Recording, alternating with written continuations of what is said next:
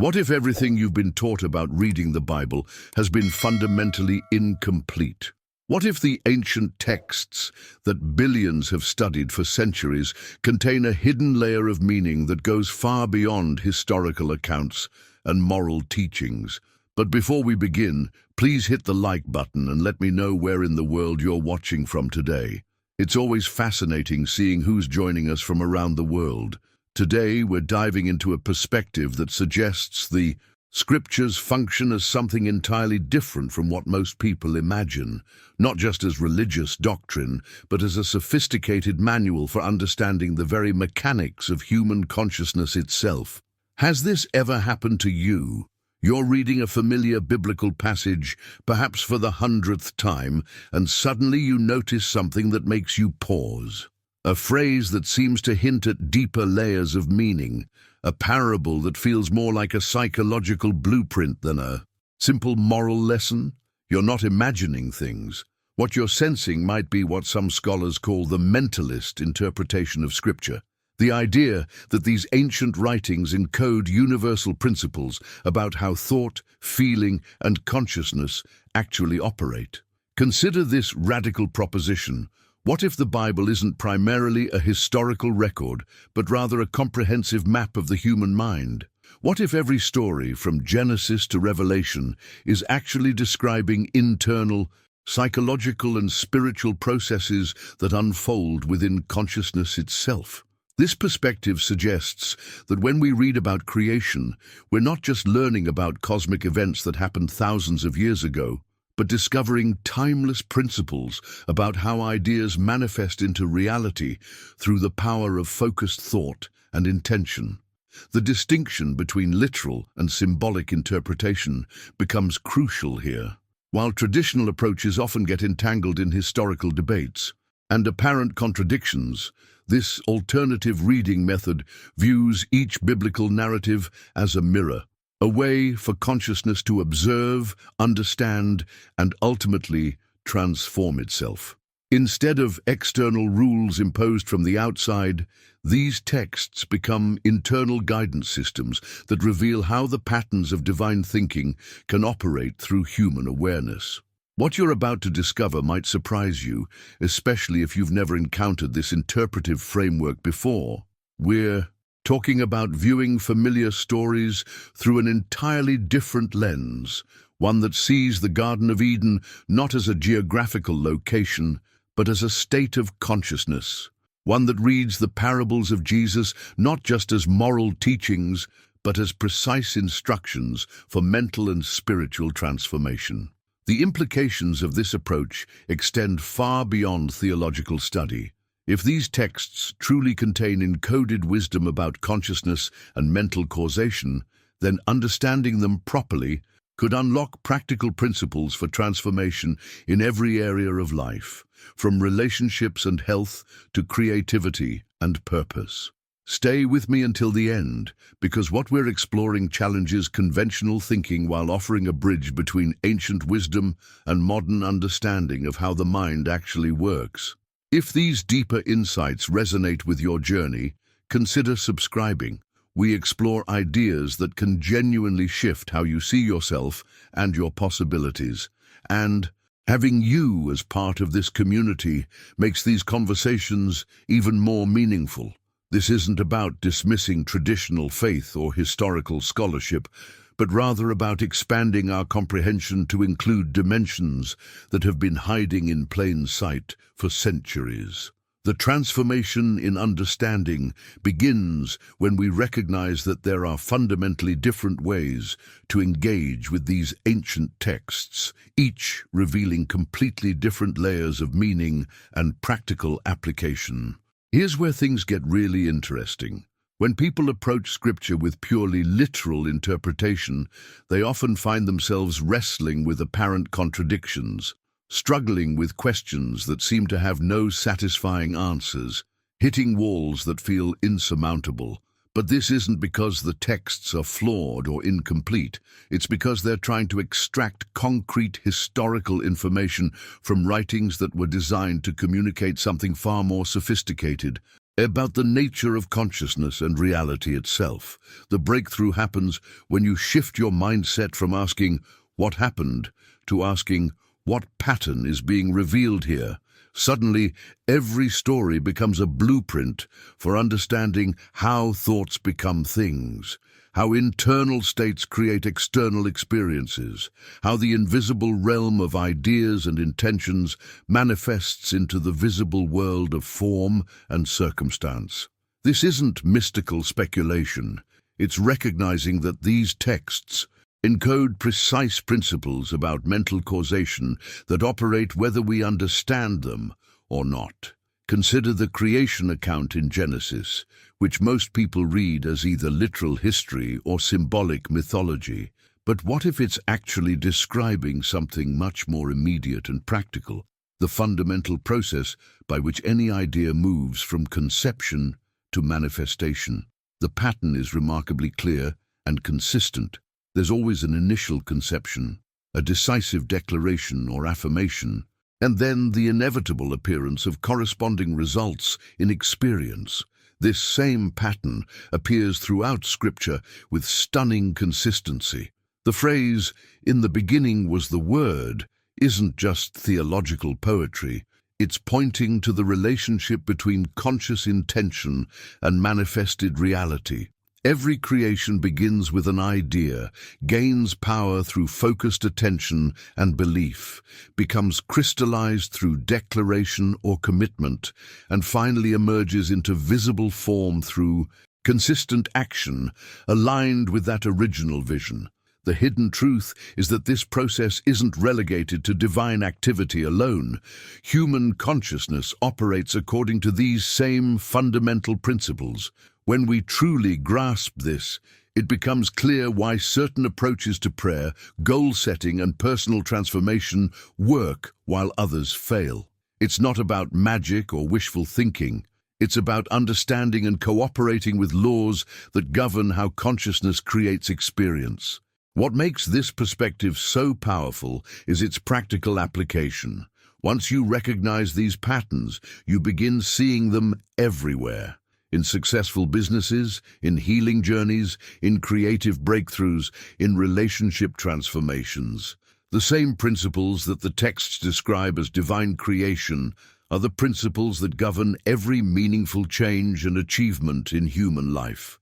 The impact extends far beyond personal development. This understanding bridges the gap between ancient wisdom and modern psychology, between spiritual practice and practical results, between faith and observable cause and effect relationships.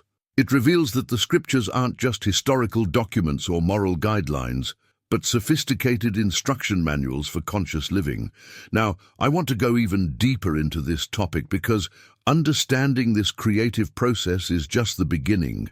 When we examine exactly how thoughts become experiences, how beliefs shape circumstances, how the invisible consistently manifests as the visible, we discover that there are specific, repeatable methods encoded within these ancient teachings. The revelations become even more profound when we realize that every human being has access to these same creative principles that the texts describe as divine attributes. Write in the comments, "This makes sense to me," if you're starting to see these connections yourself. The journey into understanding these principles reveals something profound about the mechanics of daily existence. Whether someone recognizes it or not, every single day unfolds according to this exact same pattern. The thoughts you hold consistently, especially those charged with strong emotion, the words you speak with conviction, and the actions you take in alignment with those inner states, all of these elements work together to create the circumstances and experiences that show up in your life. This isn't motivational theory or positive thinking rhetoric. This is recognizing a fundamental law that operates with the same consistency as gravity or magnetism. When you truly grasp this, it completely transforms how you approach decisions, challenges, and opportunities. You begin to understand that your external world is constantly reflecting and responding to your internal world, often in ways that seem almost miraculous, but are actually following precise, predictable patterns. Here's where the revelations become even more powerful. The hidden truth about human identity goes far deeper than most people realize. When ancient texts speak of being made in the image and likeness of God, they're not using metaphorical language about moral character or spiritual aspiration. They're describing the actual structure of human consciousness, the fact that every person carries within them the same creative capacity that these texts attribute to divine consciousness. Your true identity isn't determined by your family background, your past mistakes, your current circumstances, or even your accumulated achievements and failures. All of those elements are temporary, changeable, surface-level phenomena. Your deeper identity is as a conscious being with the inherent ability to conceive ideas, energize them with feeling and belief, declare them through word and decision, and manifest them through consistent action. This is what it means to be a channel through which divine idea seeks manifestation. The impact of recognizing this truth is transformational beyond imagination. Most people live their entire lives believing they're victims of circumstance, products of their environment, limited by their history or constrained by external conditions. But when you understand your true nature as a creative consciousness, everything shifts. You realize that you're not at the mercy of random events or other people's decisions. You're actually a participant in an ongoing creative process that's happening through you every moment. If this exploration sparked new connections or shifted your understanding, the like button lets me know these insights are landing where they're meant to. That feedback helps me continue this depth of content. This perspective changes how you interpret every experience. Challenges become opportunities to exercise creative capacity. Setbacks become feedback about which mental patterns need adjustment. Success becomes confirmation that you're aligning with these fundamental principles. The mindset shift is profound because you move from seeing yourself as someone trying to manipulate external conditions to someone learning to harmonize with universal creative laws. What makes this so practical is that these principles operate regardless of your conscious awareness of them.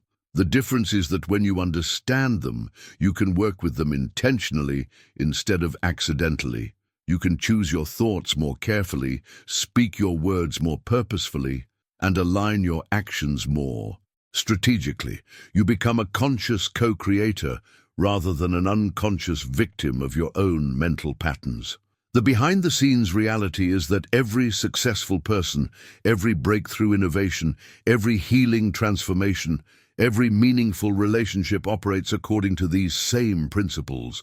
The difference isn't talent or luck or circumstances.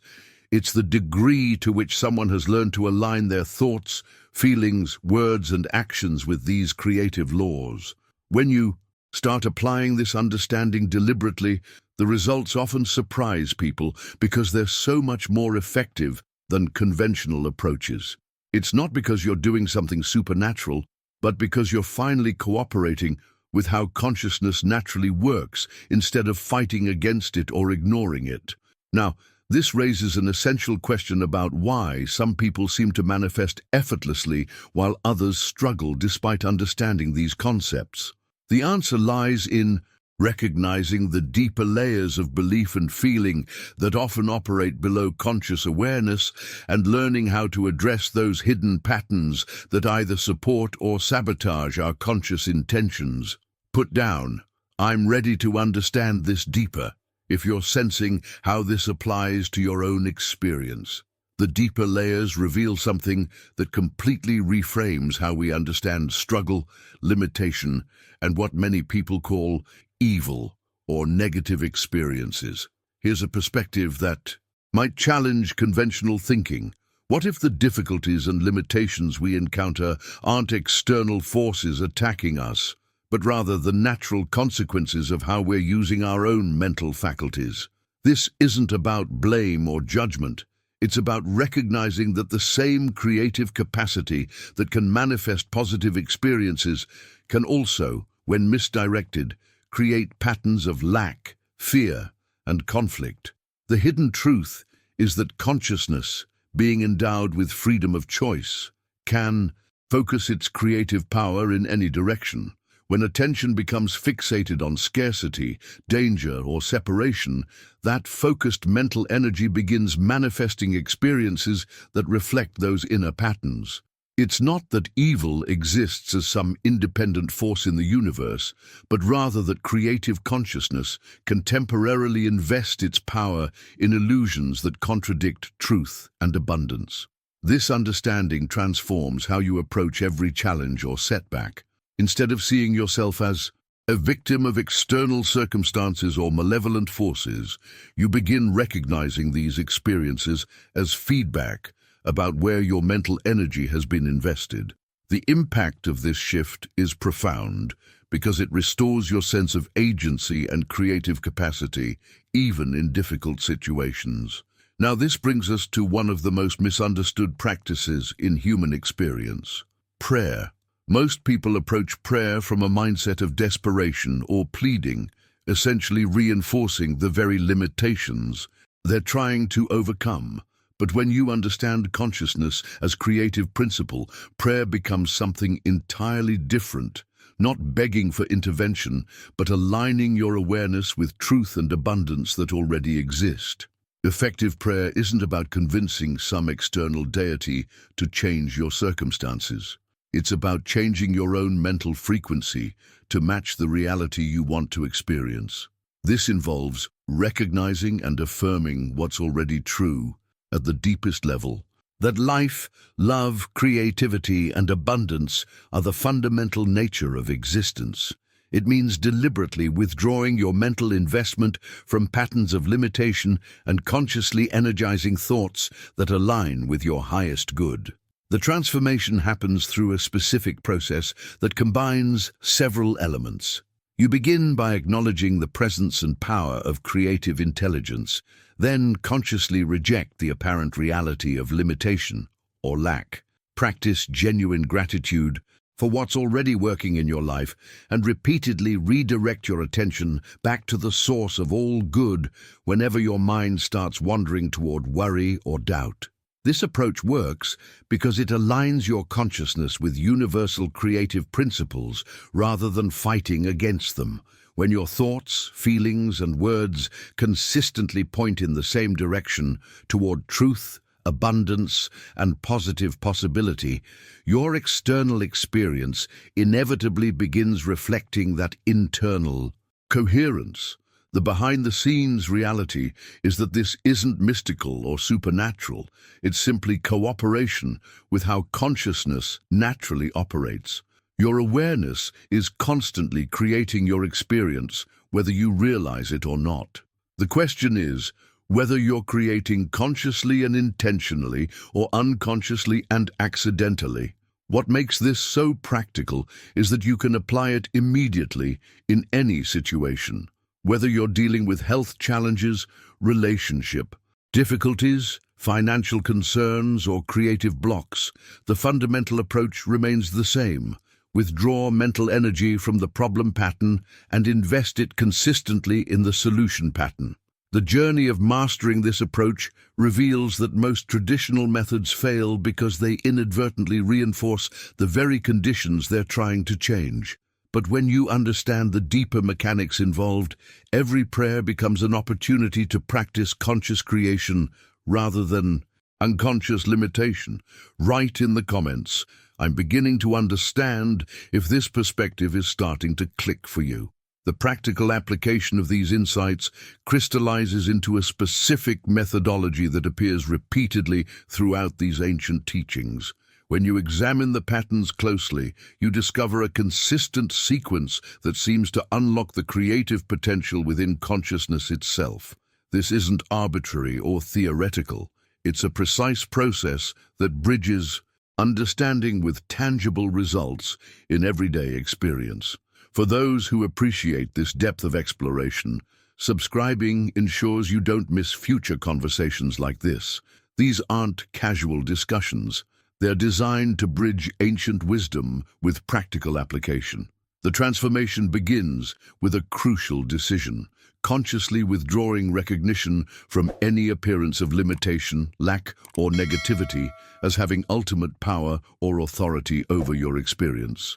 This doesn't mean denying that challenges exist, but rather refusing to grant them the final word about what's possible. It's recognizing that surface appearances don't determine deeper reality, and that what seems permanent is often just a temporary reflection of previous mental patterns. The journey continues by deliberately affirming the supremacy of creative intelligence as the fundamental force operating in and through all existence. This involves consciously aligning your awareness with the source of all possibility, rather than getting caught up in the mechanics of how things currently appear. When you consistently direct your attention toward this ultimate creative principle, your entire mental atmosphere begins shifting toward solutions, opportunities, and breakthroughs. What happens next is perhaps the most practical aspect of this entire process. You begin constructing in your imagination a clear, detailed mental equivalent of what you actually want to experience. This isn't wishful thinking or fantasy. It's consciously designing the pattern that your external world will eventually reflect. The impact of this step is profound because it gives your creative capacity a specific direction and target. The process deepens through genuine gratitude, not as a technique to get something, but as recognition of abundance that already exists. Gratitude shifts your mental frequency away from scarcity and toward appreciation, which naturally opens your awareness to possibilities and resources that were always present but previously unnoticed. This isn't about pretending everything is perfect, but about acknowledging the good that's actually operating in your life right now. The final element involves consistently returning your attention to this creative source whenever your mind begins wandering toward worry, doubt, or limitation. This repeated redirection gradually establishes new mental habits that support your desired outcomes rather than sabotaging them. Now here's where these insights connect to something even more fundamental about the nature of reality itself. The revelation suggests that what we call the universe isn't actually separate from consciousness, but rather consciousness expressing itself in infinite forms and patterns. This perspective frames existence not as dead matter, somehow producing awareness, but as universal mind manifesting through countless individualized expressions. The hidden truth embedded in the opening words of both Genesis and John's Gospel points to this same principle. When these texts speak of the Word as the agent of creation, they're describing the mental formula by which invisible ideas become visible forms. This isn't mythology or metaphor. It's pointing to the actual mechanism by which consciousness creates experience at every level, from the cosmic to the personal. Understanding this completely transforms your relationship with possibilities and limitations. If consciousness is indeed the fundamental, creative force, then working with mental and spiritual principles isn't just philosophy or religion. It's applied science at the deepest level. Every thought, every belief, every mental image becomes a cause set in motion, inevitably producing corresponding effects in your experience. The behind-the-scenes reality is that this process operates continuously, whether you understand it or not. The difference lies in whether you're participating consciously and intentionally, or unconsciously and accidentally.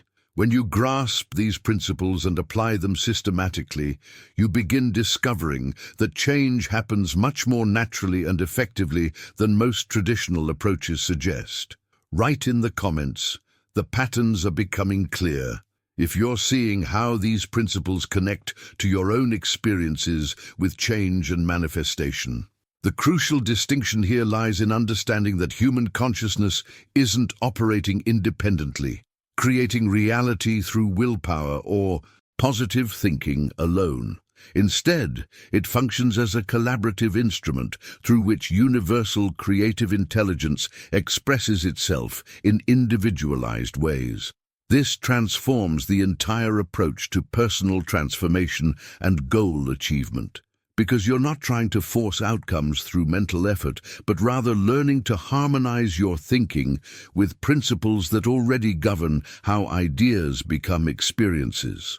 The hidden truth is that mental law operates like an uninterrupted current flowing through consciousness, but it's not a personal tool for manipulating circumstances according to ego desires.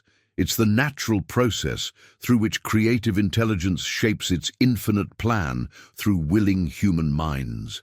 When your thoughts align with this greater intelligence, they become incredibly powerful. When they oppose or ignore it, they either fail to manifest or create experiences that ultimately prove unsatisfying.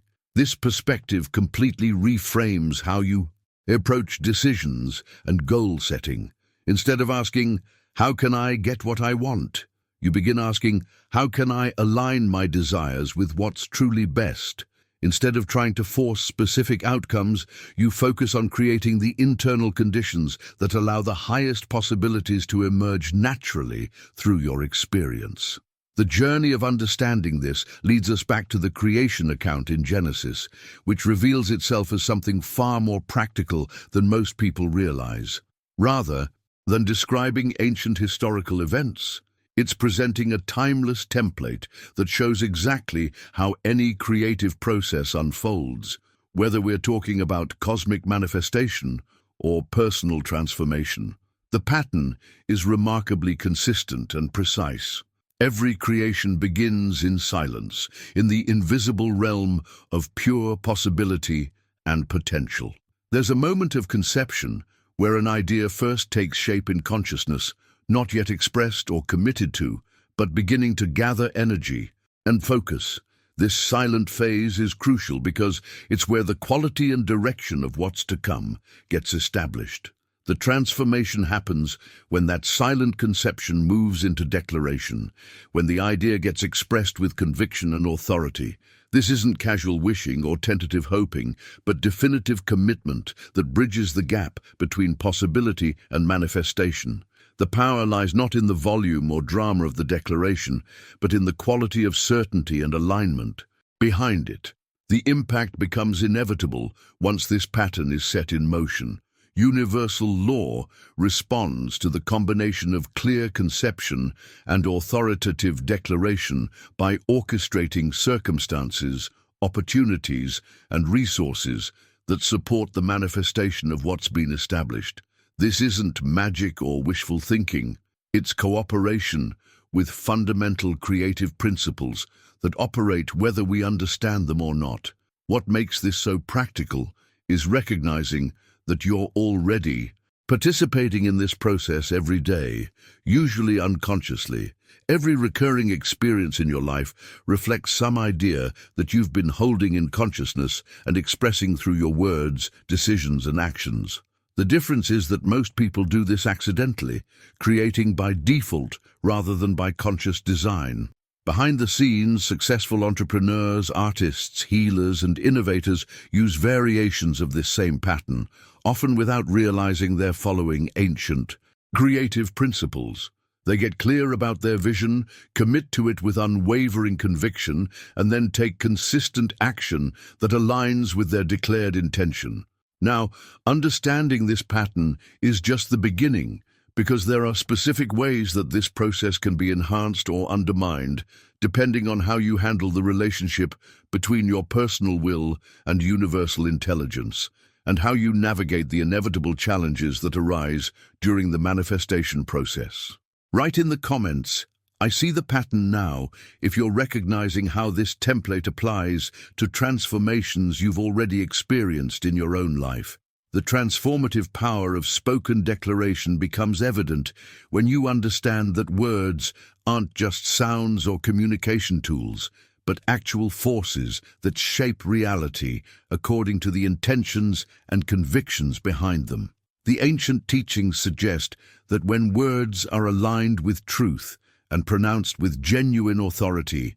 They become active agents that accomplish exactly what they're designed to accomplish, returning with tangible results rather than dissipating into empty air.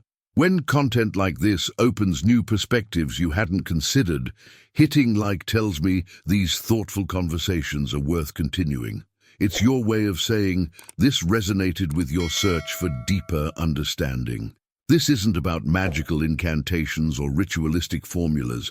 It's recognizing that conscious speech, when backed by clear intention and unwavering conviction, activates universal principles that organize circumstances, opportunities, and resources around the declared outcome. The impact happens because you're not just expressing personal desires, but cooperating with fundamental creative laws that respond to coherent mental and verbal direction. The revelation here is that humans aren't passive recipients of divine activity, but active participants in an ongoing creative collaboration.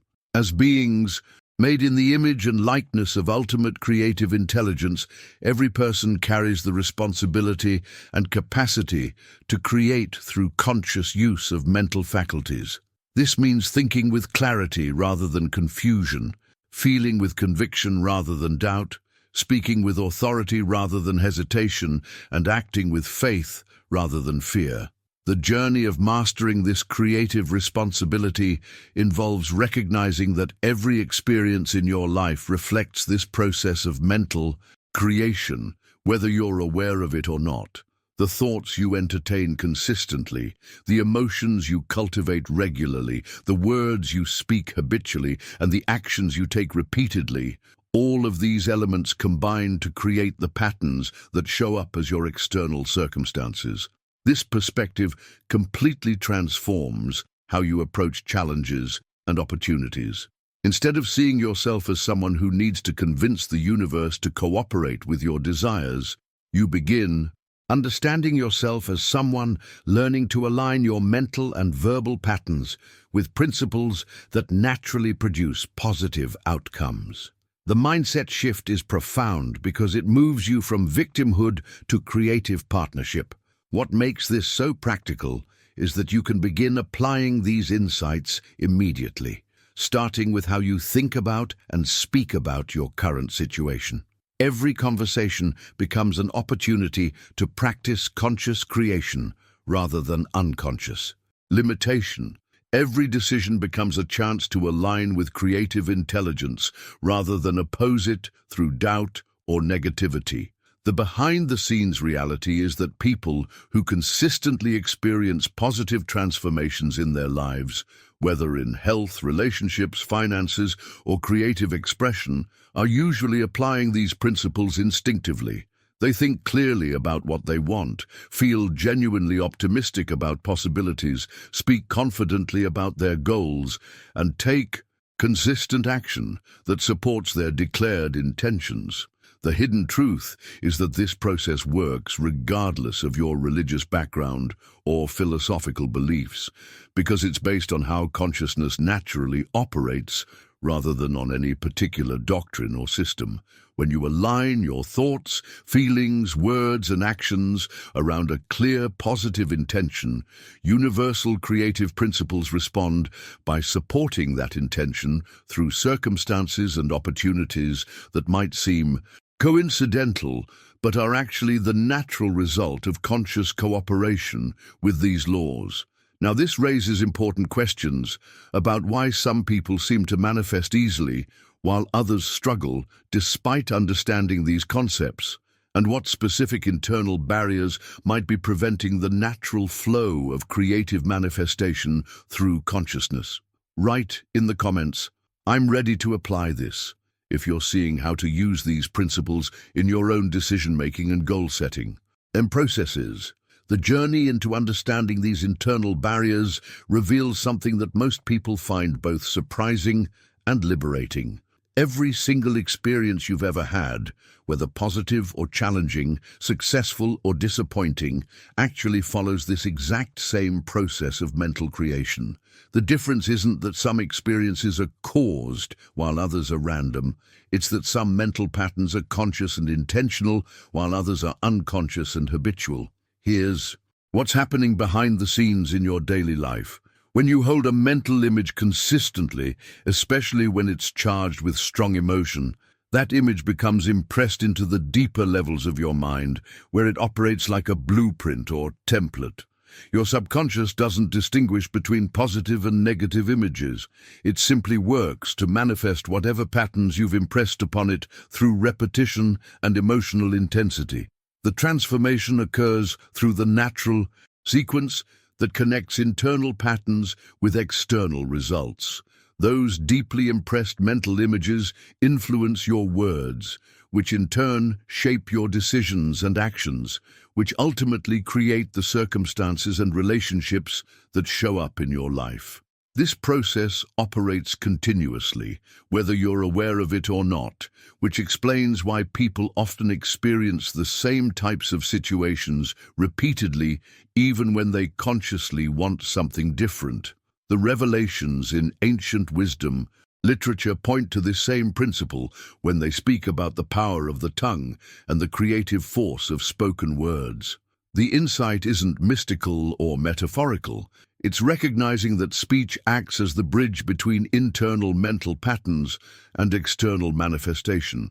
If thought functions like a seed containing potential, then spoken words function like the act of planting that seed in soil where it can grow into visible form. What makes this so practical is understanding that you're constantly engaged in this process through your everyday conversations, internal dialogue, and verbal expressions. Every time you speak about your situation, your goals, your challenges, or your possibilities, you're either reinforcing patterns that support what you want to experience, or you're inadvertently strengthening patterns that work against your conscious intentions. The impact becomes clear when you realize that people who consistently experience positive changes in their lives have usually developed the habit of speaking about their circumstances in ways that support growth and possibility rather than limitation and problem. They don't ignore challenges, but they frame them as temporary situations that can be transformed rather than permanent conditions that define their identity. This perspective transforms how you approach everyday decisions and conversations. Instead of casually complaining about what's not working, you begin speaking about what you're creating and building. Instead of describing problems as if they're permanent, you begin describing them as situations you're in the process of resolving. Instead of expressing doubt about your capabilities, you begin affirming the qualities and resources you're developing. The hidden truth is that your spoken words act as ongoing instructions to your subconscious mind about what to manifest in your experience. When you consistently speak about lack, difficulty, and limitation, you're essentially programming your deeper mind to create more experiences that match those descriptions. When you consistently speak about abundance, solutions, and possibilities, you're programming your mind to notice and create experiences that align with those patterns. Behind the scenes, this explains why some people seem to attract opportunities while others attract problems, why some people recover quickly from setbacks while others get stuck in cycles of difficulty. It's not luck or genetics or circumstances. It's the accumulated effect of mental and verbal patterns that have been reinforced over time. Now, this brings us to one of the most practical questions. How do you identify and change unconscious mental patterns that may be creating experiences you don't want? And how do you establish new patterns that support the life you actually desire to live? Write in the comments.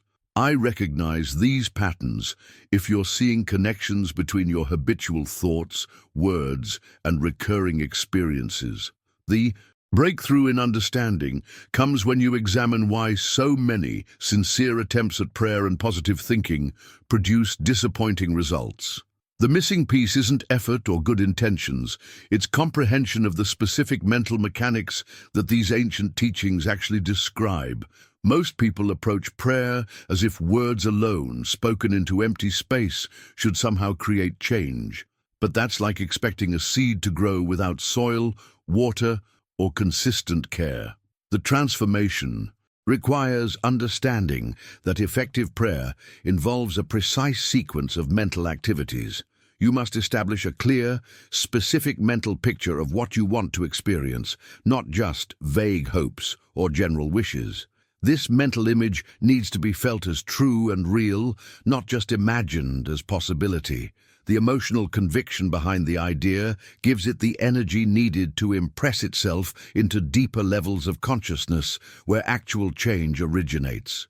The journey continues with affirming the fulfillment of what you've conceived, speaking about it as if it's already accomplished, rather than something you're hoping might happen someday. Finally, you must act in ways that align with your declared reality, making decisions and taking steps that assume your desired outcome is inevitable rather than uncertain.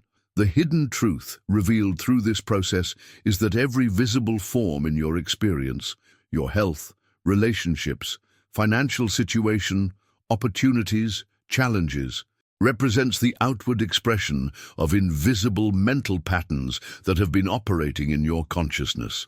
This insight connects to a profound principle that bridges ancient wisdom with practical understanding. Human minds don't create reality independently, but when properly aligned with universal creative intelligence, they participate in the same fundamental process that shapes all manifestation. What makes this perspective so powerful is recognizing that you're already using these creative faculties constantly, usually without realizing it. Every recurring pattern in your life reflects mental images you've been holding, feelings you've been cultivating, words you've been speaking, and actions you've been taking. The difference between conscious and unconscious creation lies in whether you're directing these faculties intentionally toward what you actually want to experience. The impact becomes evident when you start observing successful people in any field: business, leaders, athletes, artists, healers, innovators. Behind the scenes, they consistently demonstrate this same pattern: clear vision of their goals, emotional conviction about their possibilities, confident communication about their direction, and persistent action that assumes success rather than hoping for it. This explains why traditional approaches often fall short. When people pray from positions of desperation, doubt, or disconnection from what they're requesting, they're actually reinforcing the very conditions they want to change. When they visualize desired outcomes while simultaneously believing those outcomes are unlikely or impossible, the emotional doubt undermines the mental clarity. The revelation is that consciousness operates according to consistent principles, whether you understand them or not. The question isn't whether these principles exist, but whether you're cooperating with them skillfully or working against them accidentally. When your thoughts, feelings, words, and actions all point in the same direction toward a positive outcome, universal creative forces naturally support that coherent intention. Now, this brings us to one of the most practical aspects of applying these insights: learning to recognize and redirect the subtle mental habits that may be sabotaging your conscious intentions, particularly the unconscious ways you might be reinforcing limitation through everyday thinking and speaking patterns. Write in the comments. This explains so much. If you're connecting these principles to patterns you've noticed in your own experience with goals and prayer, the subtle mental habits that sabotage conscious intentions often operate beneath the threshold of everyday awareness. But they reveal themselves when you understand what effective prayer actually involves. The transformation happens when you shift from approaching prayer as desperate pleading to approaching it as conscious alignment with what's already true at the deepest level of reality. Instead of begging for intervention from some external source, you're recognizing and affirming the presence of creative intelligence that's already operating in and through your experience. This completely reframes how you approach any challenging situation. Rather than supplicating from a position of lack, limitation, or powerlessness, you begin recognizing the good that's already present and available, even when surface appearances suggest otherwise. You proclaim the fulfillment of divine will, which isn't some arbitrary external decree, but the natural tendency of universal intelligence toward harmony, growth, and positive resolution. The journey of understanding this reveals something profound about causality itself. Most people spend their entire lives trying to manipulate external circumstances, believing that changing conditions around them will somehow create the happiness, security, or success they're seeking. But when you grasp these deeper principles, you realize that what you're seeing in your external world isn't causing your experience. It's reflecting your experience. The hidden truth is that what most people call destiny or fate is actually the natural harvest of mental seeds they've been planting consciously or unconsciously over time. Every recurring pattern in your life, whether positive or challenging, represents the outward manifestation of inward mental habits that have been operating beneath your conscious awareness. This perspective transforms how you approach decisions and goal setting because it relocates the true source of change from external manipulation to internal transformation. When you understand that your circumstances are effects rather than causes, you stop wasting energy trying to force external conditions to change and instead focus on cultivating the mental and emotional patterns that naturally produce the experiences you actually want to live. The impact of this shift is profound because it restores your sense of creative agency even in situations that seem completely beyond your control. You're no longer at the mercy of random events, other people's decisions, or economic conditions. You're recognizing yourself as a conscious participant in an ongoing creative process that responds to the quality and direction of your mental investment. What makes this so practical is that you can begin applying it immediately by examining the relationship between your habitual thoughts and your recurring experiences. Behind the scenes, every area where you experience consistent positive results reflects mental patterns of confidence, expectation, and aligned action. Every area where you experience ongoing challenges reflects mental patterns of doubt, resistance, or conflicted intention. The revelations continue when you realize that this principle operates regardless of whether challenges appear suddenly or gradually, whether they seem fair or unfair, whether they make logical sense or seem completely random. Universal creative law responds to mental causation with mathematical precision, producing experiences that match the dominant patterns operating in consciousness. Now, this understanding opens up entirely new possibilities for approaching specific areas of life where you want to experience transformation. Because once you grasp that true causality operates through consciousness rather than circumstances, you can begin working directly with the mental and emotional patterns that create the experiences you're actually seeking. Write in the comments, "I'm seeing the real cause now," if this perspective is shifting how you understand the relationship between your inner world and outer experiences. Working directly with the mental and emotional patterns that create specific experiences requires understanding something fundamental about identity itself. The question of who am I lies at the root of every other question about life, purpose, relationships, and possibilities. Most people answer this question by describing their roles, their history, their achievements, or their struggles. But these ancient teachings point towards something much deeper and more empowering. When Scripture speaks of humans being made in the image and likeness of creative intelligence, it's describing actual metaphysical structure, not just poetic language. Every individual represents a unique, individualized expression of universal creative principle, containing within Their consciousness, all the attributes that govern manifestation, intelligence, love, creativity, power, and the capacity to bring ideas into form through focused intention and aligned action. The transformation happens when you begin distinguishing between your temporary personality and your eternal identity. Your personality includes your name, your history, your learned behaviors, your emotional habits, and your social roles. All of these elements are changeable, moldable, and responsive to new decisions and different circumstances. But underneath this surface layer operates something unchanging and perfect, what these teachings call the Christ within, or your divine essence. This inner reality represents your connection to universal creative intelligence, your access to infinite possibility, your capacity to transcend limitation and manifest positive change regardless of current circumstances. The journey of spiritual development involves learning to identify more with this deeper truth about yourself and less with the temporary conditions that seem to define you. The impact of this understanding is profound because it completely changes how you approach challenges and opportunities. When you know that your essential nature is connected to unlimited creative potential, external circumstances become opportunities to express that potential rather than barriers that define your limitations.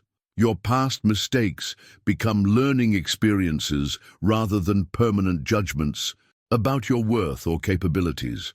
Behind the scenes, every person who creates significant positive change in their life or in the world operates from some version of this understanding, whether they use spiritual language or not. They know intuitively that they're more than their current circumstances, that they have access to resources beyond what's immediately visible, and that persistent application of creative principles can transform any situation. The hidden truth about identity reveals why affirmations and positive thinking sometimes work dramatically and sometimes fail completely. When you try to affirm something that contradicts your deep sense of identity, the deeper programming usually wins. But when you speak from recognition of your true nature as an expression of creative intelligence, your words carry the authority and conviction that activate universal law. What makes this so practical is understanding that every time you say "I am," followed by anything, you're either reinforcing limitation or affirming possibility. Your unconscious "I am" statements throughout each day, "I am tired," "I am confused," "I am struggling," function as ongoing instructions to your deeper mind about what to manifest in your experience. The revelations continue when you realize that transformation doesn't require changing who you are, but rather remembering and expressing who you've always been beneath the layers of conditioning, doubt, and limiting beliefs. Your true identity already contains everything needed for health, prosperity, meaningful relationships, and creative fulfillment. Now, this understanding of identity connects directly to one of the most practical aspects of these teachings: learning how to consciously choose and sustain the mental and emotional states that align with your desired experiences, rather than unconsciously perpetuating patterns that create what you don't want. Write in the comments, "I'm remembering who I really am," if this perspective on identity is resonating with your own sense of deeper possibility and potential. Learning to consciously choose and sustain mental and emotional states requires recognizing the extraordinary power embedded in one of the most common phrases in human language. Every time you say "I am," followed by anything, you're not just describing your current condition, you're actually issuing a creative decree that establishes patterns in consciousness, which then work to manifest corresponding experiences in your life. The transformation begins when you become aware of how casually most people use this powerful declaration throughout their day. "I am tired. I am confused. I am overwhelmed. I am broke. I am getting old." Each of these statements functions as an instruction to your deeper mind about what reality to create and sustain. The hidden truth is that your subconscious doesn't evaluate whether these declarations are temporary observations or permanent truths. It simply accepts them as directives and begins organizing your thoughts, feelings, and actions around making them more real. This understanding completely changes your relationship with self-talk and everyday conversation. Instead of unconsciously reinforcing limitation through casual declarations, you begin choosing your "I am" statements with the same care you'd use when planting seeds in a garden. You start saying things like, "I am capable, I am guided, I am resourceful, I am healthy," not as wishful thinking, but as conscious recognition of possibilities that already exist within your essential nature. The journey of transformation often follows a pattern that's perfectly illustrated in the parable of the prodigal son, which represents every human being's tendency to seek externally what can only be found through remembering inner identity. The story describes someone who leaves the security of their true home, seeking satisfaction through external pleasures and achievements, only to find themselves eventually depleted and unsatisfied despite their efforts. The impact comes at the moment of coming to himself, that crucial turning point where external seeking gives way to internal recognition. This isn't about giving up on goals or ambitions, but about relocating the source of security, satisfaction, and creative power from circumstances back to consciousness. The revelation is that everything needed for fulfillment already exists within your connection to universal creative intelligence. Behind the scenes, this pattern plays out repeatedly in human experience. People chase external validation, accumulate possessions, pursue relationships, or achieve professional success, hoping these accomplishments will provide the sense of completeness and security they're seeking. But lasting satisfaction only comes when they remember their inherent connection to unlimited creative potential. What makes this parable so practical is recognizing that the Father's house represents your awareness of your true identity as an expression of divine creative principle. The inheritance represents your access to all the mental and spiritual resources needed for any positive transformation. The return represents the decision to stop seeking your good in external circumstances and start expressing it through conscious alignment with universal law. The revelations continue when you realize that most personal development approaches fail because they focus on acquiring something external rather than remembering something internal. They try to build confidence instead of recognizing inherent worth, try to attract abundance instead of expressing natural creativity, try to find love instead of expressing the love that's already present in consciousness. Now, this shift from external seeking to internal recognition opens up practical questions about how to work with specific challenges and goals when you understand that the real creative work happens through consciousness rather than through manipulation of circumstances. Write in the comments, "I'm coming home to myself," if you're recognizing this pattern of external seeking in your own journey and feeling ready to explore internal creative potential. Working with specific challenges and goals through consciousness rather than circumstance manipulation requires understanding a fundamental principle that governs all manifestation. Absolutely nothing occurs by chance in the realm of spiritual causation. This isn't philosophical speculation or religious doctrine. It's recognizing that every fact, every experience, every circumstance that shows up in your life first existed as a pattern in the invisible ground of consciousness before it became visible in your external experience. The ancient teaching that whatever a person sows, they will also reap points to this law of mental causation operating with mathematical precision. Your thoughts, emotions, beliefs, and mental images function as seeds planted in consciousness, and your experiences represent the inevitable harvest of that mental sowing. The transformation comes when you realize this process is happening continuously, whether you're aware of it or not. which means you can begin working with it intentionally instead of accidentally. This understanding becomes practical when you examine the parable of the sower, which reveals itself as a sophisticated description of different mental states and their direct relationship to manifestation. The story isn't just about agricultural principles. It's describing how the quality of your mental soil determines what kind of harvest you'll receive from the thoughts and images you introduce into your subconscious mind. The journey of conscious creation involves recognizing that your mind operates like fertile ground that will grow whatever seeds are planted there. Some thoughts fall on the path of casual attention, where they're quickly forgotten or dismissed. Others land in rocky soil, where they sprout temporarily, but lack the deep roots of sustained conviction needed to survive challenges and setbacks. Still others get choked by thorns of worry, doubt, or conflicting beliefs that prevent positive ideas from reaching maturity. But when thoughts and images find good soil, a mind that's receptive, clear, and consistent, they produce abundant results that exceed the original investment. The hidden truth is that the quality of your mental environment, not the content of your desires, determines whether positive intentions manifest successfully or get sabotaged before they can take root.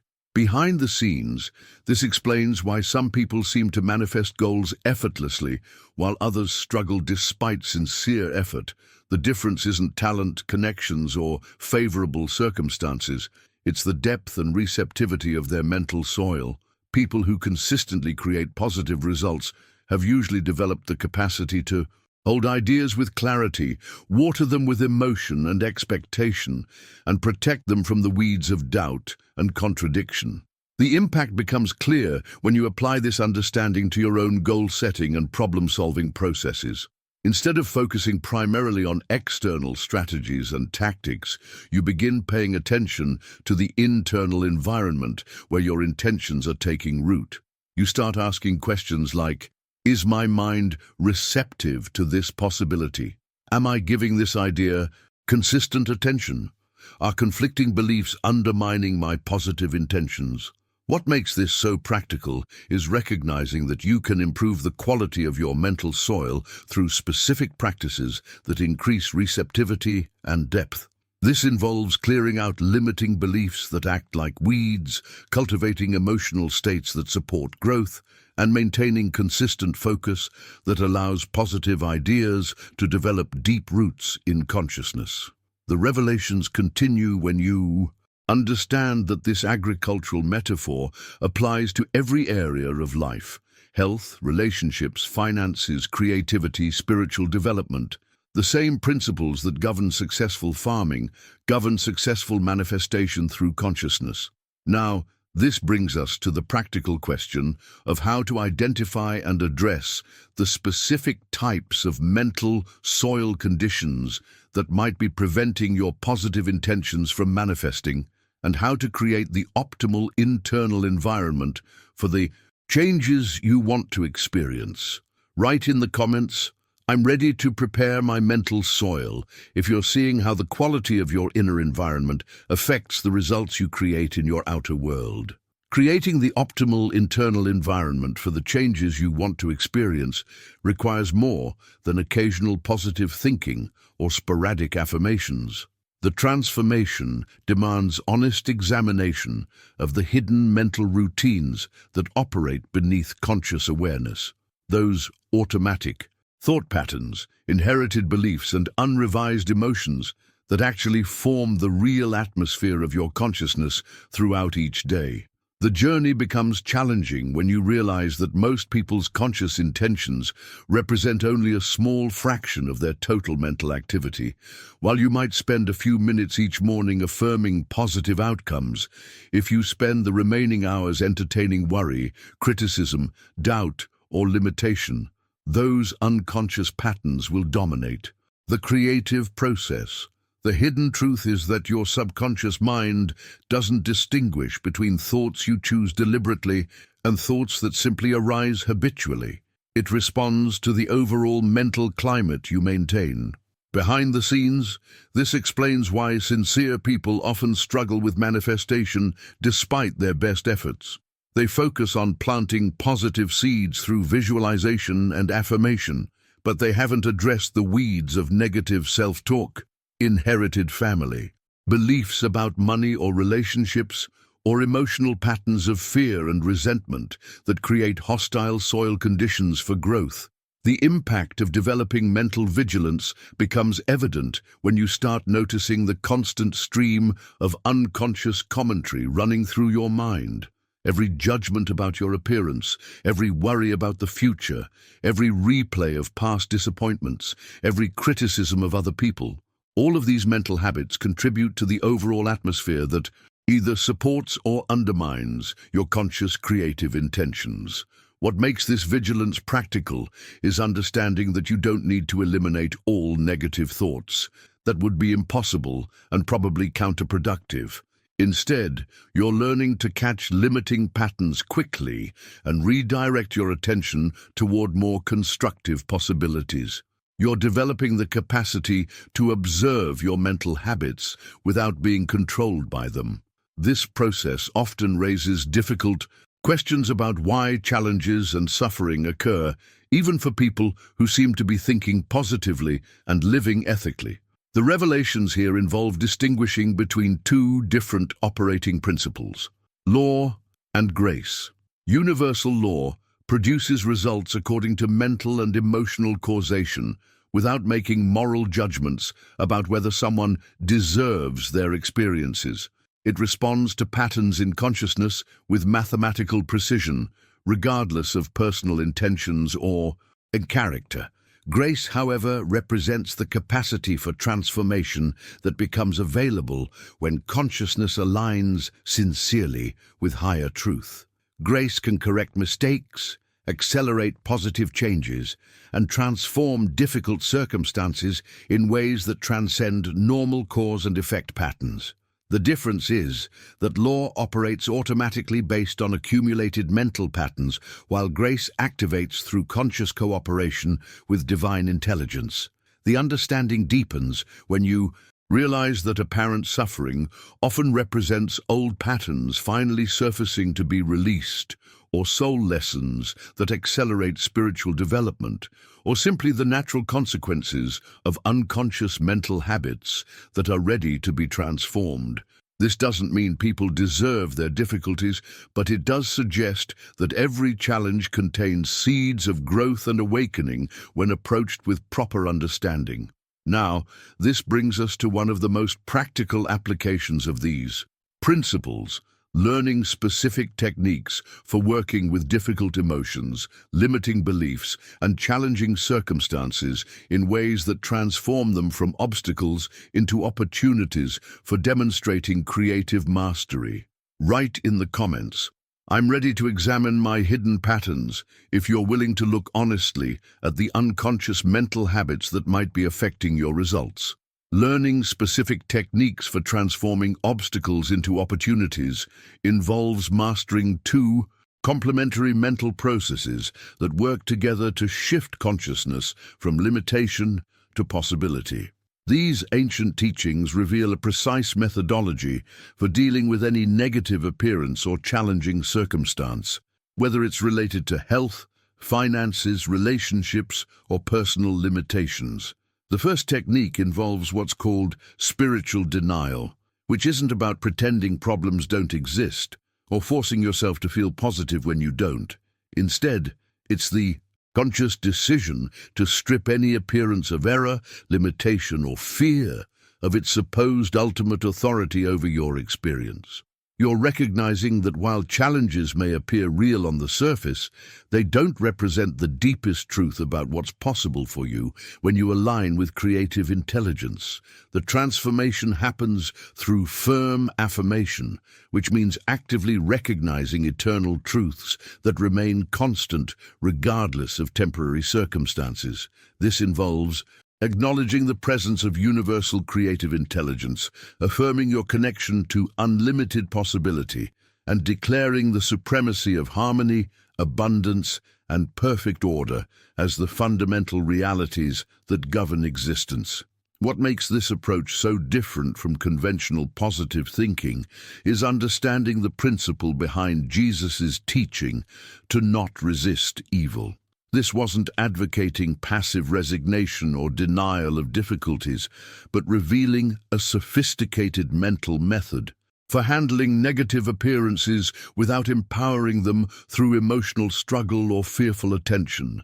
The journey requires learning to look directly at challenging situations without being intimidated by them, recognizing that they lack any real basis in the divine nature of existence, and then releasing them serenely without internal conflict. When you resist negative appearances through worry, anger, or fear, you're actually energizing them and making them more persistent. When you acknowledge them calmly while refusing to grant them ultimate reality, they begin dissolving naturally. Behind the scenes, this technique works because consciousness operates according to the attention and emotional energy you invest in different possibilities. Every time you engage in fearful resistance to negative appearances, you're actually feeding them the mental energy they need to persist and grow stronger. But when you withdraw that investment and redirect your attention toward higher truths, those negative patterns lose their source of power. The impact becomes evident when you apply this method to specific challenges. Instead of fighting anxiety, you deny its authority over your peace and affirm your natural state of divine tranquility. Instead of battling financial limitation, you refuse to accept scarcity as ultimate reality and declare your inherent connection to universal abundance. Instead of struggling against relationship conflicts, you deny the power of separation and affirm the presence of divine love. The hidden truth is that this isn't psychological manipulation or spiritual bypassing, but conscious cooperation with fundamental laws that govern how consciousness creates experience. When you stop empowering limitation through resistance and start empowering possibility through recognition, universal creative forces naturally align with your declared intentions. What makes this practical is that you can apply it immediately to whatever challenge you're currently facing. The key is maintaining the balance between acknowledging surface appearances without granting them ultimate power, while simultaneously affirming deeper truths that support the outcomes you actually want to experience. Now, this technique becomes even more powerful when combined with a specific approach to using imagination as a creative tool. Because once you've cleared away limiting patterns through denial and established supportive patterns through affirmation, you can begin consciously designing the mental templates that will guide your future experiences. Write in the comments, "I'm learning to work with these principles," if you're ready to practice this approach to transforming challenging situations through conscious denial and affirmation. Using imagination as a creative tool becomes incredibly powerful when combined with what's called the golden key technique, which represents perhaps the most elegant example of simultaneous denial and affirmation working together. This method cuts through the complexity of most approaches by focusing on one simple but profound practice. When faced with any challenging situation, immediately turn your attention away from the problem and begin thinking intensively about divine intelligence and its perfect attributes. The transformation happens not through fighting, analyzing, or trying to solve the difficulty through mental effort, but through completely withdrawing your attention from the error and investing it entirely in contemplating the nature of universal creative intelligence. You think about divine wisdom, love, power, order, and harmony until these qualities fill your consciousness so completely that there's no room left for worry or limitation. Behind the scenes, this technique works because consciousness can only hold one dominant focus at a time. When you're completely absorbed in recognizing divine perfection, you're literally starving the problem of the mental energy it needs to persist in your experience. The challenge begins dissolving, not because you've fought it, but because you've stopped feeding it with fearful attention. The journey deepens when you understand that imagination isn't just daydreaming or wishful thinking, but the actual creative mold where all reality begins to take shape. Every visible manifestation in your life, from your health and relationships to your opportunities and circumstances, first existed as patterns in the invisible sanctuary of consciousness, before they appeared in your external experience. This perspective completely transforms how you approach goal setting and problem solving. Instead of focusing primarily on external strategies and actions, you begin recognizing imagination as your most powerful creative tool. You start using mental imagery not as escape from reality, but as conscious participation in the fundamental process through which ideas become experiences. What makes this practical is understanding that consecrated imagination involves seeing desired outcomes as already accomplished in the realm of divine mind, then holding those images with reverence, gratitude, and expectation until they manifest in visible form. This isn't trying to force the universe to comply with personal desires, but aligning imagination with divine intelligence to express the highest possibilities for any situation. The impact becomes evident when you apply this approach systematically. Instead of imagining from desperation or need, you imagine from gratitude and completion. Instead of visualizing to get something external, you visualize to express something internal. Instead of using imagination to escape current circumstances, you use it to transform them through conscious cooperation with creative law. The hidden truth is that every successful person, whether they realize it or not, uses imagination in this way. They see their goals as already accomplished, feel the emotions of achievement before external results, appear and maintain those mental images with consistency until physical reality conforms to the internal template. The revelations continue when you realize that this process operates whether you direct it consciously or allow it to run automatically. Your imagination is constantly creating templates for future experiences through the mental images you entertain regularly. The question is whether you're designing those templates intentionally to support your highest good or accidentally, reinforcing patterns that perpetuate limitation.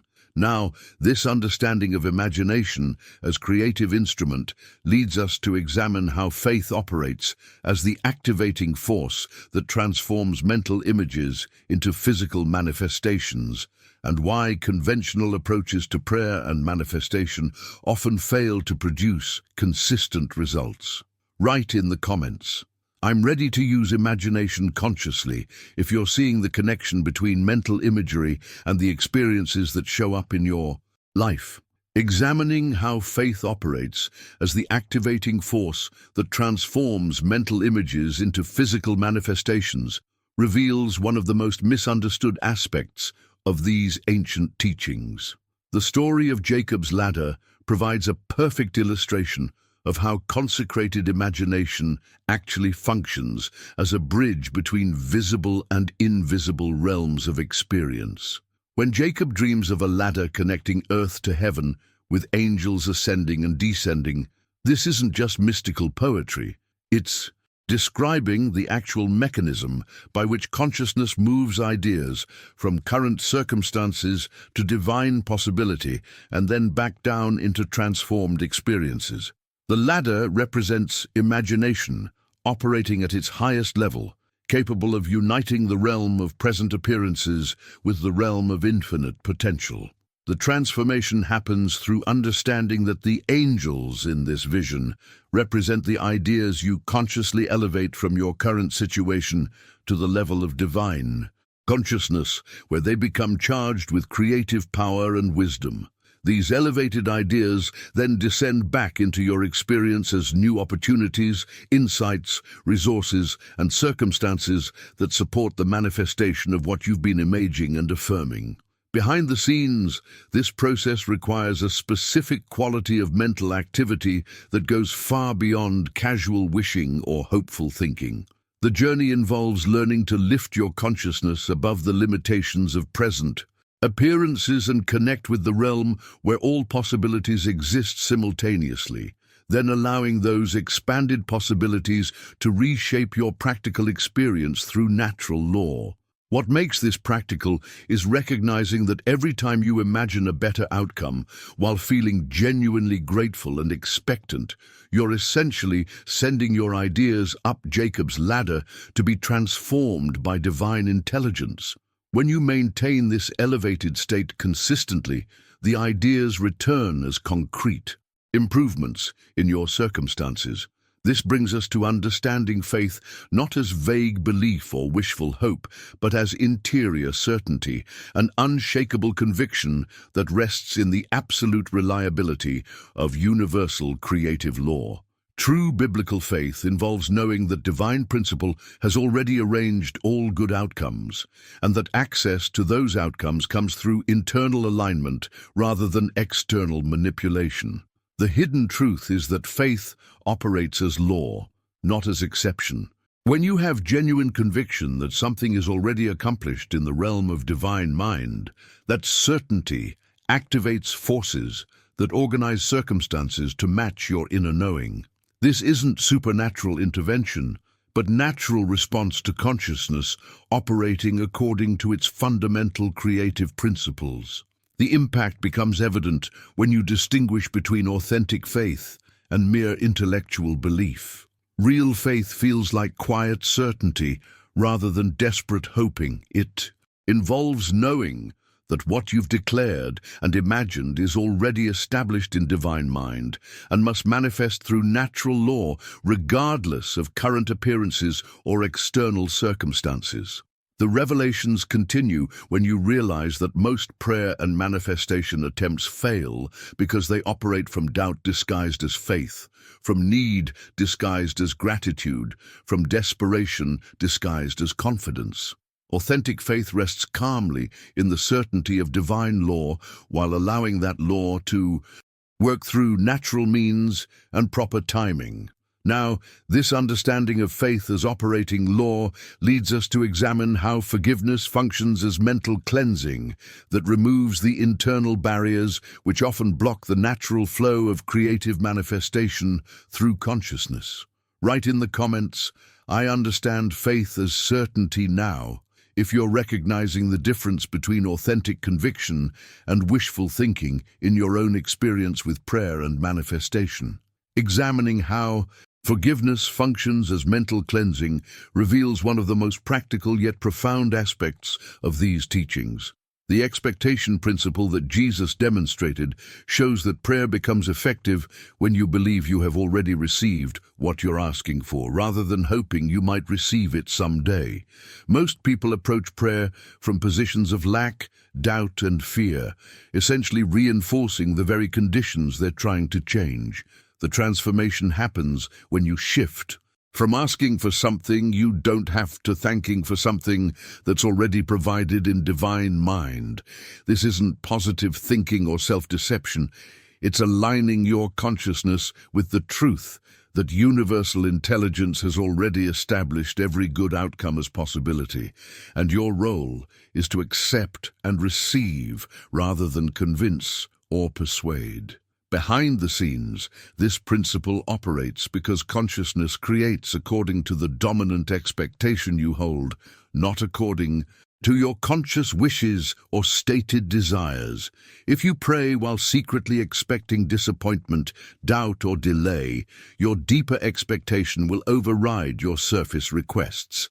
But when you pray from genuine certainty that your good is already established, that conviction activates the very forces that manifest your desired outcomes. The journey becomes more complex when you discover that internal barriers often prevent this natural flow of creative manifestation through consciousness. The most common and powerful barriers involve unforgiveness, holding on to resentment, guilt, condemnation, or judgment that literally chains your consciousness to past experiences and blocks the fresh flow of creative energy. Forgiveness operates as universal law, functioning like interior hygiene that cleans the mental channels through which divine good flows into your experience. When you harbor resentment toward others, guilt about your own past, or condemnation of circumstances, these emotional patterns create static in your consciousness that interferes with clear reception and transmission of creative ideas. The hidden truth is that forgiveness isn't a favor you do for other people. It's liberation you provide for yourself. Every grudge you hold, every guilt you carry, every judgment you maintain requires mental and emotional energy that could otherwise be invested in creating positive outcomes. Unforgiveness literally keeps your consciousness locked in patterns that reproduce past limitations rather than allowing new possibilities to emerge. What makes this practical is recognizing that forgiveness doesn't require feeling emotional warmth toward people who have hurt you, and it doesn't mean excusing harmful behavior or pretending damage didn't occur. True forgiveness involves withdrawing your mental and emotional investment from past events so that energy becomes available for present creative work. The impact becomes evident when you realize that many people's prayers and manifestation attempts fail, not because they lack faith or proper technique, but because unforgiveness creates internal resistance that cancels out their positive efforts. They're trying to create new experiences while maintaining emotional attachments to old experiences that contradict what they want to manifest. The revelations continue when you understand that self-forgiveness operates by the same principles. Carrying guilt, shame, or self-condemnation about past mistakes creates the same type of mental static that blocks creative flow. You cannot consistently manifest health while condemning your body, or attract abundance while feeling guilty about money, or create loving relationships while hating yourself.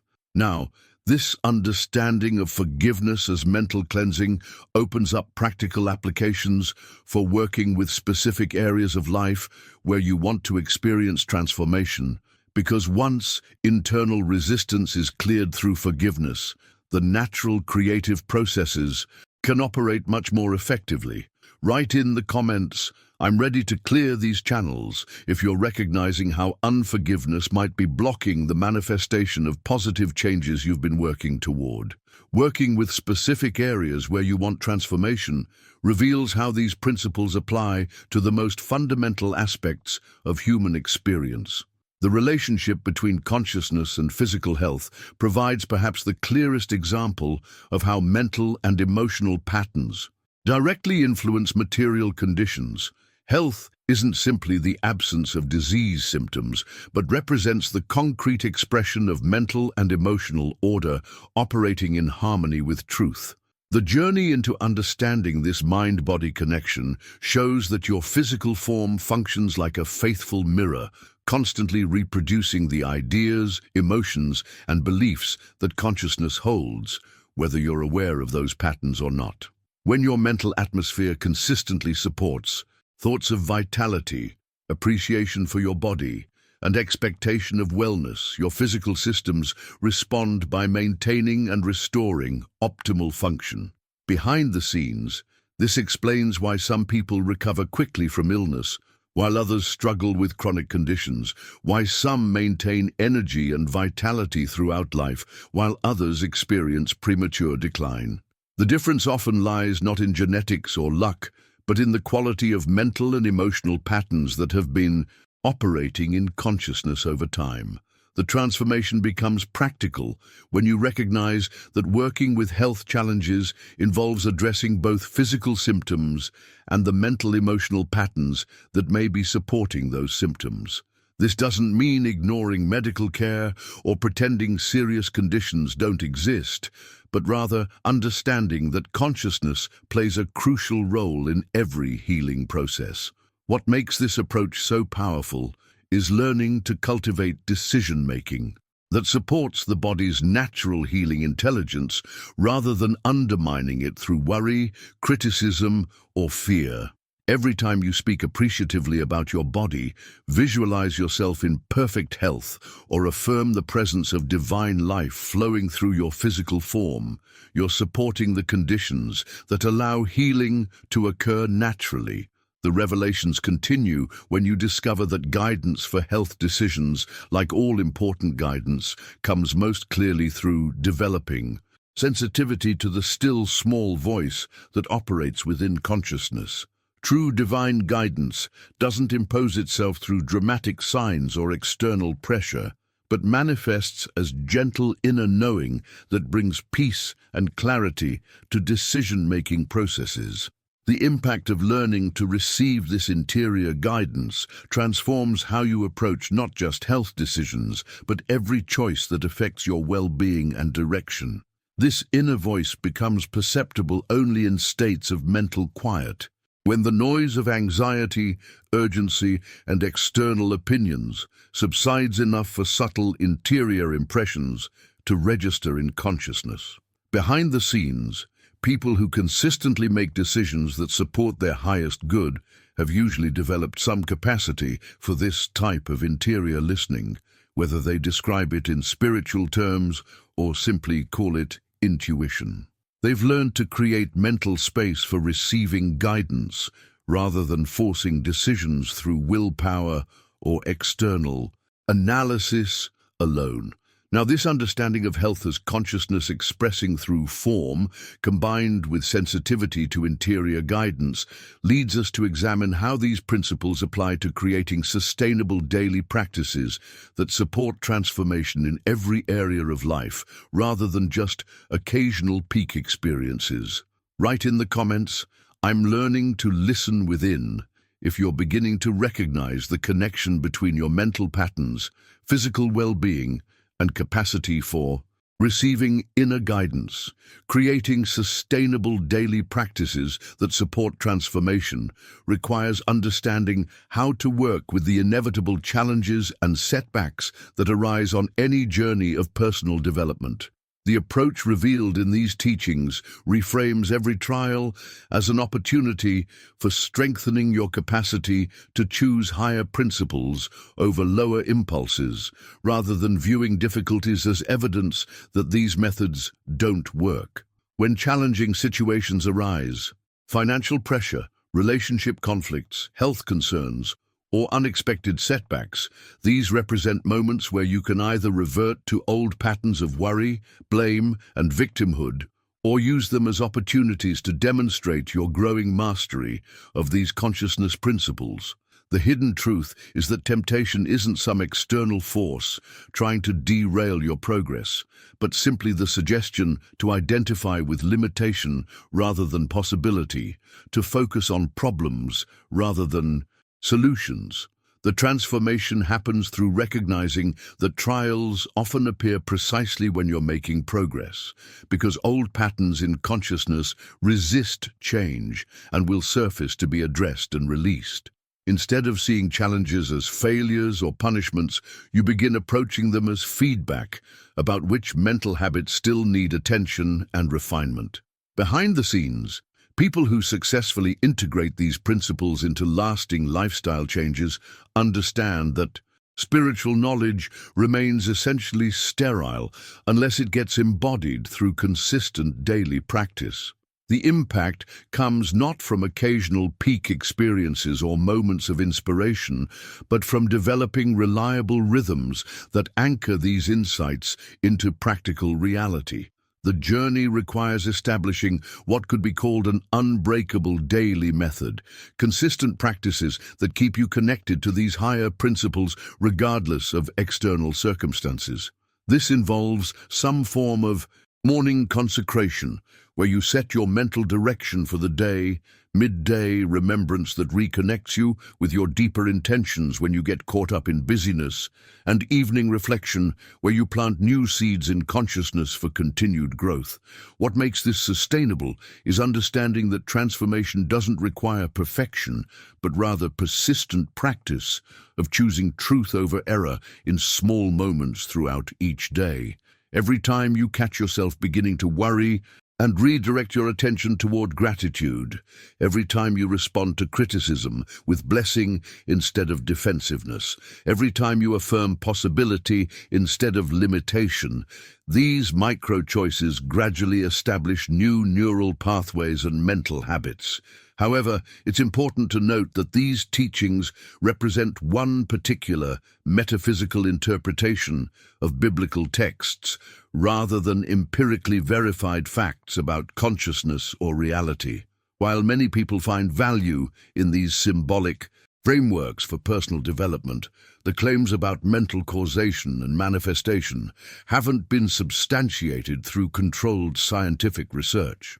The psychological benefits people experience may result from increased optimism, better decision-making, and reduced anxiety rather than literal consciousness-based manifestation. The practical value lies not necessarily in the metaphysical claims themselves, but in the daily disciplines these approaches encourage: mindfulness, gratitude, forgiveness, clear goal setting, and emotional regulation. These practices have demonstrated benefits regardless of one's beliefs about spiritual causation. Understanding how to maintain these practices during challenging periods brings us to the end of this exploration into the hidden dimensions of ancient wisdom. If you've stayed with me through this entire journey, you've encountered perspectives that most people never consider, ways of reading familiar texts that reveal practical principles for working with consciousness and daily experience. The conversation we've had today represents just one interpretation among many possible approaches to these timeless teachings. Whether you find value in the metaphysical framework we've explored, or you're more interested in the psychological and practical benefits of mindfulness, gratitude, and intentional thinking, the core insight remains. Your inner world significantly influences your outer experience in ways that deserve serious attention. If this content has provided useful perspectives for your own growth and understanding, I'd appreciate you subscribing to the channel. These aren't casual conversations, they're deep dives into ideas that can genuinely shift how you approach challenges and opportunities in your daily life. Having you as part of this community means we can continue exploring these territories together. For those who made it all the way to the end, write in the comments, "The deeper patterns are becoming clear." It helps me know these longer explorations are reaching people who value this level of depth and nuance. And if this conversation has created that sense of connection and discovery I was hoping for, the like button is a simple way to let me know these insights resonated with your own journey of understanding. There's a video right here that complements this topic perfectly, exploring how these consciousness principles apply specifically to decision-making under pressure. Click and continue with me over there, because what we've covered today is just the foundation for even more practical applications.